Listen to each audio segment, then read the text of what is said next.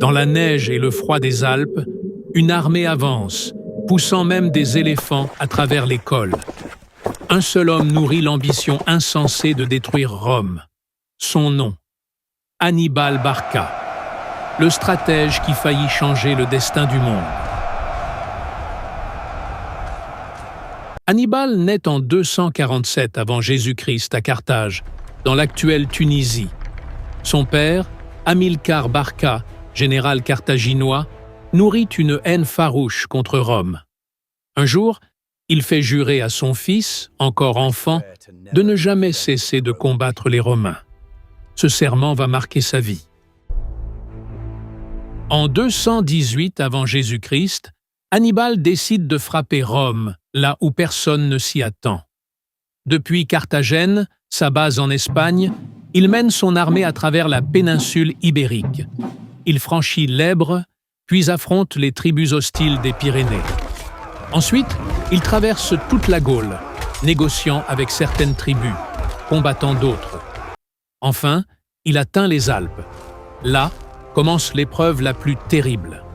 Des cols enneigés, des embuscades de peuples montagnards et un froid glacial qui décime ses hommes. Sur plus de 90 000 soldats partis d'Espagne, à peine la moitié atteint l'Italie. Mais Rome est sous le choc. Jamais personne n'avait osé une telle traversée. En 216 avant Jésus-Christ, Hannibal affronte les Romains à Cannes, dans le sud de l'Italie. Il dispose ses troupes en arc de cercle, attirant les légions romaines dans un piège mortel.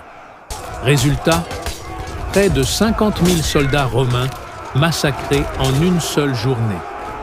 C'est l'une des plus grandes défaites de Rome, encore étudiée aujourd'hui dans les écoles militaires. Après Cannes, la route vers Rome semble ouverte. Mais Hannibal hésite. Il n'a pas les renforts nécessaires. Carthage tarde à envoyer des troupes. Rome, elle, se relève. Elle adopte une stratégie d'usure, évite les batailles frontales et coupe Hannibal de ses soutiens. Après plus de 15 ans en Italie, Hannibal est rappelé pour défendre Carthage. En 202 avant Jésus-Christ, il affronte Scipion l'Africain à Zama. Cette fois, Rome l'emporte. Carthage est vaincu et Hannibal doit fuir. Poursuivi toute sa vie, il choisit le suicide plutôt que la capture. Hannibal avait Rome à sa portée. S'il avait marché sur la ville après Cannes, l'histoire aurait pu basculer. Son génie l'a rendu immortel, mais son hésitation a condamné Carthage.